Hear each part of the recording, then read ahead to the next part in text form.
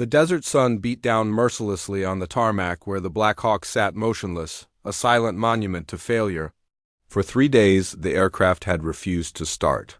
And for 3 days, the base's top technicians had scratched their heads in growing frustration. Before we continue, drop a comment and let me know which country you're watching from right now. I love seeing our global community come together for these incredible stories. Now they had replaced parts, run diagnostics, consulted manuals thick as phone books, and called specialists from 2 states away. Nothing worked. The helicopter remained stubbornly dead, and with it, critical supply missions to forward operating bases hung in limbo. General Marcus Weber stood at his office window, watching the scene unfold with mounting concern. Young men and women in uniform clustered around the aircraft like surgeons around a patient they could unsave. He knew what was at stake. Those supplies weren't luxuries. They were medicine, ammunition, and hope for soldiers who depended on regular deliveries. Every day of delay put lives at risk. That evening, as frustration peaked and options dwindled, the general's aide mentioned something in passing. There was a man who used to work on these birds decades ago. A veteran from the old days who lived just outside the base in a small house that time seemed to have forgotten. His name was Robert Chun, and he'd been one of the best helicopter mechanics the military had ever seen. But that was another lifetime ago, before budget cuts and force reductions had sent him into a retirement he never wanted. Robert was 72 now, and his hands shook slightly when he poured his morning coffee.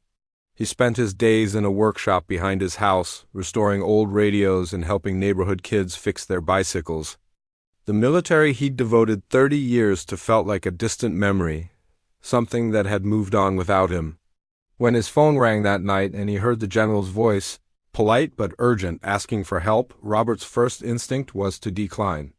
What could an old man with trembling hands offer to a new generation with their computers and advanced diagnostics? But something in the general's tone reached him. It wasn't just a request. It was an acknowledgement that perhaps the old ways, the intuition born from years of intimate knowledge, still mattered. Robert agreed to come at dawn. The next morning, he arrived at the base in his old pickup truck, wearing a faded cap and carrying a weathered toolbox that had seen 3 wars. The young technicians watched skeptically as this elderly man approached their problem.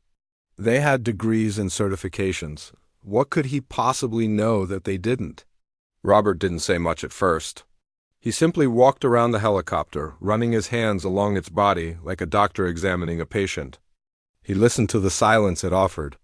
If you're enjoying this story and believe in honoring those who served, hit that like button right now. It helps share these powerful stories with others who need to hear them. Then he climbed inside, settled into the pilot's seat, and closed his eyes. The technicians exchanged glances, some rolling their eyes. But the general, standing at a respectful distance, simply waited. After 10 minutes, Robert opened his eyes and smiled. He climbed down, opened a panel the technicians had checked twice already, and reached deep into the machinery. His fingers, guided by muscle memory and instinct rather than sight, found a small relay switch buried among the wires. It was a component so minor that modern diagnostics often overlooked it, a relic from older models that this particular Black Hawk, despite its upgrades, still contained. The switch had corroded in a way that made it appear functional to electronic testing, but prevented it from completing its circuit. Robert cleaned it carefully with a small wire brush from his ancient toolbox, applied a drop of contact cleaner he'd mixed himself decades ago, and reinstalled it. Then he nodded to the pilot. The engine coughed once, then roared to life. The rotors began their familiar thump, and cheers erupted from the watching crowd. The young technicians stared in disbelief while the general smiled, a weight lifting from his shoulders. Robert packed his tools slowly, refusing payment but accepting the general's handshake and genuine thanks.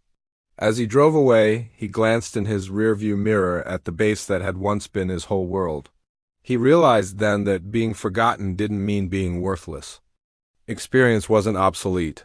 It was simply waiting, patient and quiet, for the moment when it would be needed again.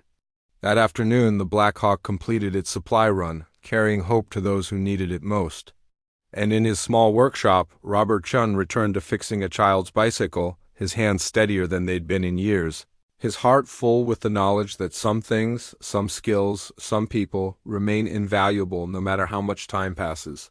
This story reminds us that every person has value, that experience matters, and that we should never forget those who dedicated their lives to serving others. If this touched your heart, please subscribe to this channel. Share these stories with someone who needs inspiration today.